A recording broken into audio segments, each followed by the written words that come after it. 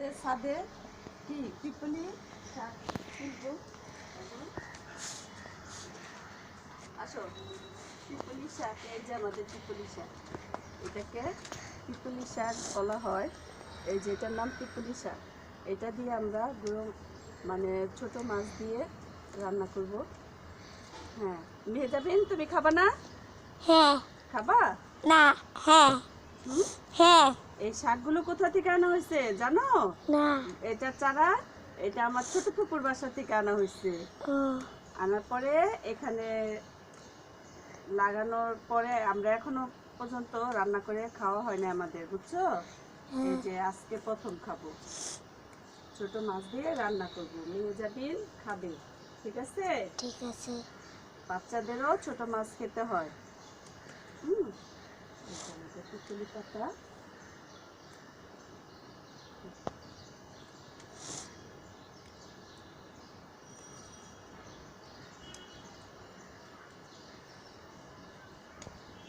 আসো, হয়ে গেছে, এইটুকুই হয়ে যাবে। চলো চলো,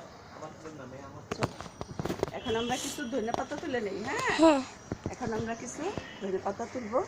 এই যে আমাদের এখানে ধনেপাতাও আছে। এই দেখো আমাদের টমেটো হয়েছে, দেখেছো? টমেটোগুলো থাক, আরেকদিন আমরা তুলবো, ঠিক আছে? আজকে ধনেপাতা তুলবো,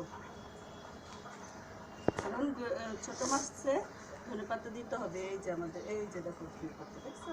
হুম।